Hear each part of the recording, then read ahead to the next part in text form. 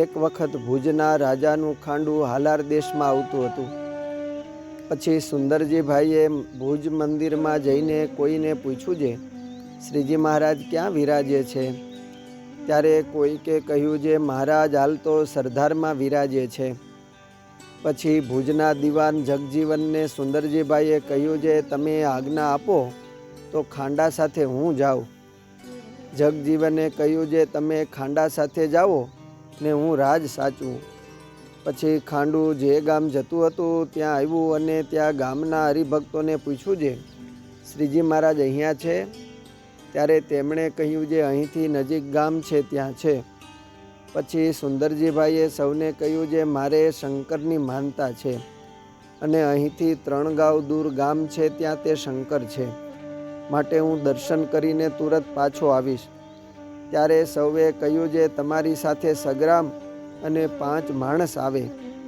ત્યારે સુંદરજીભાઈએ વિચાર્યું છે, માણસ સાથે આવે તો તેઓ વાત કરે જે ત્યાં તો સ્વામિનારાયણ હતા પણ શંકર નહોતા, માટે એકલા જવું તે જ ઠીક છે. પછી તેમણે કહ્યું છે, મારે એવી માનતા છે જે પગપાળા ચાલીને એકલા જવું. આમ કહીને સુંદરજીભાઈ સવારમાં વહેલા ઉઠીને સરદાર ગયા.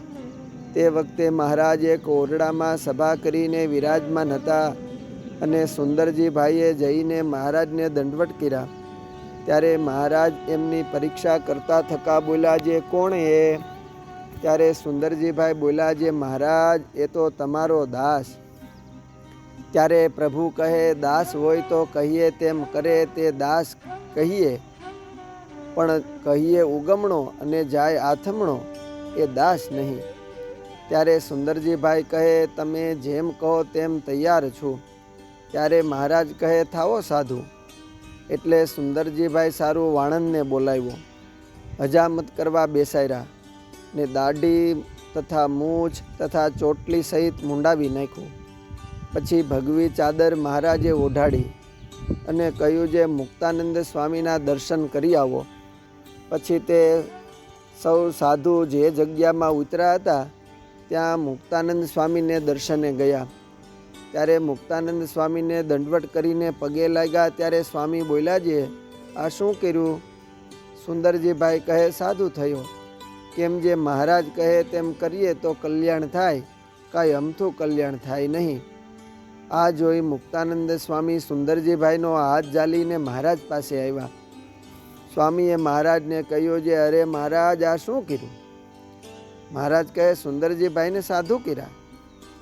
સ્વામી કહે કે કાઠીઓને મૂંડા છે તે કાઠિયાવાડમાં તો અમારો રોટલો ટાળ્યો અને સુંદરજીભાઈને મૂંડા તે કચ્છમાં અમારો રોટલો હતો. તે જગજીવનને ખબર પડશે જે સુંદરજીભાઈને સાધુ કર્યા તો અમને ગોતી ગોતીને મારશે. ત્યારે મહારાજ કહે, કેમ કરશું? સ્વામી કહે, પાછા ધોળા વસ્ત્રો પહેરાવો. પછી મહારાજે એમને ધોળા વસ્ત્ર પહેરાવ્યા. દાઢી મૂછને ચોટલીએ મૂંડા હતા તે કાંઈ નવા જલ્દી આવે નહીં. તેવે વેશે જે ગામ ખાંડું હતું ત્યાં ગયા. પછી સૌ કહેવા લાગ્યા, જે મોટેરા થઈને આ શું અપશુકન કર્યા? સુંદરજીભાઈ કહે કે શંકર પાસે ગયો અને પૂજારીએ કહ્યું છે, હજામત કરાવ્યા વગર તમારી માનતા પૂરી નહીં થાય. અને વાણંદ એવો અબૂજ હતો તે ચોટલી સહિત પાડી નાખી. એમ ઉત્તર દઈને સમજાવ્યા. આમ શ્રીહરિના એક વચને સુંદરજીભાઈ પોતાનો માન મર્તબો છોડીને રાજાનું ખાંડું લઈને જતી વેળા દાસ થયા હતા. અસ્તુ. જય સ્વામિનારાયણ. સદગુરુ બ્રહ્મચારી શ્રી અક્ષરાનંદ સ્વામીની વાતોમાંથી